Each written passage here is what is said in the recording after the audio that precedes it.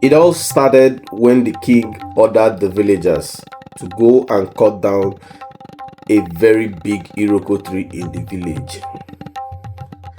The king had summoned all the elders in the village and told all the strong men in the village that it's time for them to make money from the resources they had. In view of this, he told them that the community stands a chance to make so much money from the contract that was brought in by some white men that they needed some Iroko trees. And luckily, their village happened to have one of the best Iroko trees around. This story is in a village in Africa. Long time ago, in a village by the great Ngene River, there lived a proud community of farmers and villagers who lived in peace for decades without any problem whatsoever. One season, the king summoned all the elders and all the strong men in the village. The king told everyone that there has been a great opportunity coming from the white investors who need their Iroko brand of trees.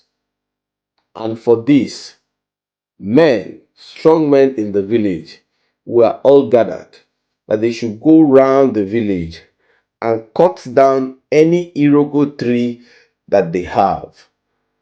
After cutting it down, they should mark these Iroko trees and they will be prepared until the white man comes and take all of them for export. The king told them that this is going to generate a whole lot of revenue for the village. It means that every one of them who participates very hard would soon be rich. Everybody were happy. They all celebrated and they were happy to do exactly what the king said. The men entered the bushes and started falling all the trees, all the Iroko trees that were in the bushes. They did this in happiness. Without warning, the strong men even went to the Ngene River and started cutting a very big Iroko tree shedding part of Ngene River. But something mysterious happened when they were cutting it. This Iroko tree began to bleed blood. The men were surprised, but then they felled the tree.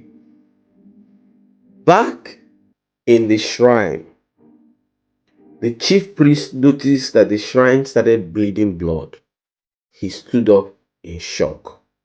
He consulted the gods and immediately he saw that there was danger. He immediately rushed out to the king and told the king to call back the young men falling the trees, that an abomination has been committed. A sacred tree has been felled down and this is not looking good. The king immediately ordered a stop to cutting of the trees, pending when the gods were consulted. Immediately, the king summoned the elders in the community and asked them to go back to the gods and consult to find out which of the sacred trees the young men had fallen. Immediately, the chief priest consulted the gods, and lo and behold, the Iroko tree by the river side, by the Ngene River, was the special tree that was not supposed to be cut, and they had already fallen the tree. This was a sacrilege of the highest order. In further consultation, the Ngene River The goddess of the Ngene River vowed to take revenge since they had taken a piece of her by cutting the sacred Iroko tree. The elders were confused. What are they going to do? They told the king.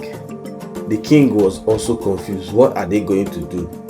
The chief priests decided that they should put some sacrifices so that the river goddess would have peace.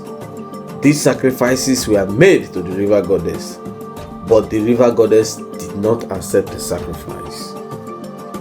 Days goes by, weeks goes by, calamity befell the land. There was no rainfall. All their crops started dying. Evil brew in the land. There was no water. There was outbreak of diseases. People were dying. People were missing. What would the elders do to stop this from happening? This became a concern. The king urged the chief priest to consult the gods and know what they can do to appease the gods. When the chief priest consulted the gods said it would take its own revenge and the village would be wiped out. Because he has protected them for years. But now, the same people that he protected are now taking away what gives it coverage. The gods were angry. What can be done? Nobody knew. The king summoned the elders again. And this time, they decided to go far in the bush to get answers. The elders went, but came back with no result. The gods refused to speak. The king summoned the villagers. And in the open of the villagers, the king told them that he has done everything as the king of the land to save them. But that the gods are angry. That what has started as a good deed for the village has turned out to bring the wrath of the gods on them. He pleaded with everyone that he's doing everything he can as the king of the land to stop the deaths and to bring back rain. But nothing is working. And he is running out of options and doesn't know what to do. But then a small boy who plays the drum came out with the drum strapped on his neck. He started beating the drum when the king sat down. The king turned and looked at him and said, "Small boy, what are you doing? We are here for a very serious business, but you are distracting everybody with your drums. Do you think that we have come here to dance?" The boy apologized and bowed to the king and said, "My king, I have seen that you have tried your best. All the strong men in this village have done their best, but nobody can be able to save this village. My king, I am a small boy, but I am a brave one. I have lost my parents and I don't have anybody, but I am ready to put a fight. I would sacrifice to make this thing stop for the village." Everybody looked at the boy. People were murmuring, and the king said, "Young man, this is not a tales by moonlight. This is a decision the elders would handle. We are not here to run about the mountain chasing the light at night. This is a very serious decision. Small boy, go back to the crowd and go home and rest. The elders will think of what to do." Before the boy left, he turned to the king. He told the king, "It is not a man's size or a man's age that makes him strong. Strong men survive terrible decisions. They take actions that save people. My king, I promise you I will save this village. And he left. The king continued talking to the people. The small boy went to meet the oldest woman in the village. She met her at night. And he told the woman, "Ma, I have come to you. I know that nobody in this village believes that any good thing can come out of me. I have lost everything I have in life. Even as I'm here, I know that I'm of no value to anybody. But I know you are full of wisdom. Your wisdom is what this village needs to survive. Please, ma, tell me what I can do to appease the gods. Even if the gods want me to sacrifice myself, I will be ready to do that. If I sacrifice myself for this village, forever this village will know my name. But if I live my life playing music and people dance, what if I die tomorrow? Nobody will ever remember me. After all, I'm just a drummer." The old woman looked at the boy. He said, "Young man, you have a pure heart. This is what would defeat the spirits. The gods of our land never take revenge on people like you because you are innocent and you are ready to put down your life for the village. No other person bigger than you would want to do that because they have tasted life. But you have not tasted life. You are pure in spirit, but yet you want to sacrifice your life. What you would do is that you need courage. You go back to the stream at midnight. The spirits likes the good sound of music. Play your music. When they respond, they will respond with a wild wave, ready to carry you. But stand your ground. Play your music. Let your music touch the souls of the spirits.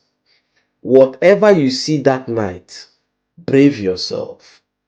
The task ahead of you is greater than what you know, but only the brave survive." The small boy lied down and thanked the old woman. The old woman said, "Go. I believe we shall save the village." So the boy went. 12 midnight, he went to the stream, beating his drums. While he was beating the drums at the peace of the night, the rivers came with a large flow. The boy did not move. He kept on beating his sounds. The river went back, flowing normal again. He kept on with his music, and then appeared the goddess of the river in form of a mermaid and spoke to the boy. "Why have you come this night to play me the melodious tunes of yours? What is it that a small boy of your kind is looking for me at this time?" And the boy spoke, "Free my people. They have made a mistake of life.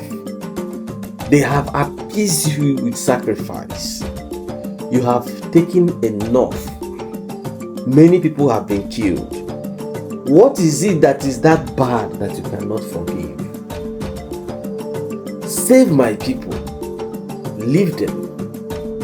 Whatever you will need to save them, I am here to offer it to you." He kept on playing his music.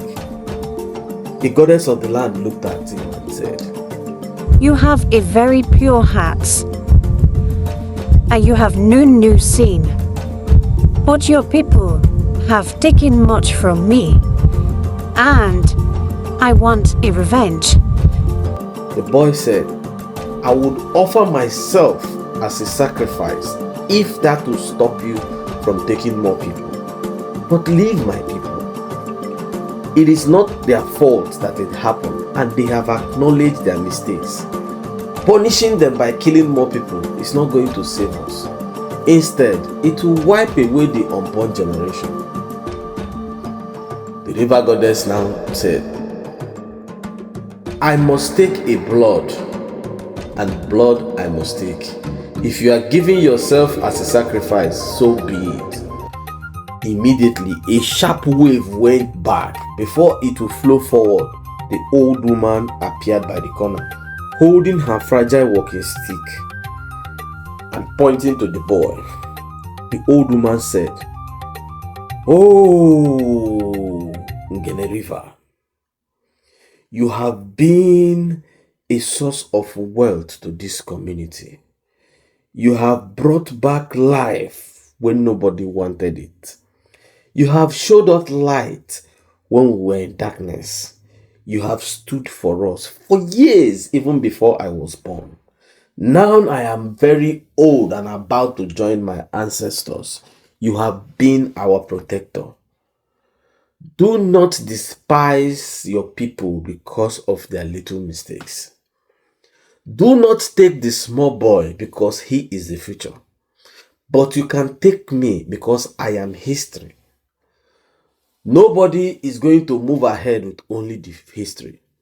But the future learns from the history to go forward. Please leave the future and take me. This made the mermaid to appear again. The mermaid said, Oh, you people have answered my question and have given me a question. I can neither take the small boy because he has the purest of hearts, nor you, the very old, because you have seen it all. But now, go ye back to your people and tell them to offer me the best of sacrifice. And in 7 days' time, everything shall turn normal. And then the mermaid disappeared. The boy turned back and was so happy seeing the old woman. He kept playing his music. The old woman told him they should go back. And so they left. They went to the king and gave the king the message. The king was so happy, and he promised the boy that he, from that day, is now a royalty.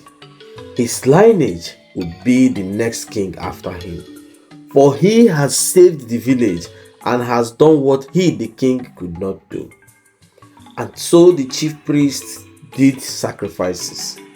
In 7 days' time, there was rain, and everybody was happy. Moral of this story is that greed blinds people when taking decision. Wisdom lives in the old, but courage often beats in the young. And even the gods can forgive when there is a pure heart. Hope you have learned something from this. Give us a thumbs up, like, subscribe, as we bring you more of your sweet African tales. Enjoy your day.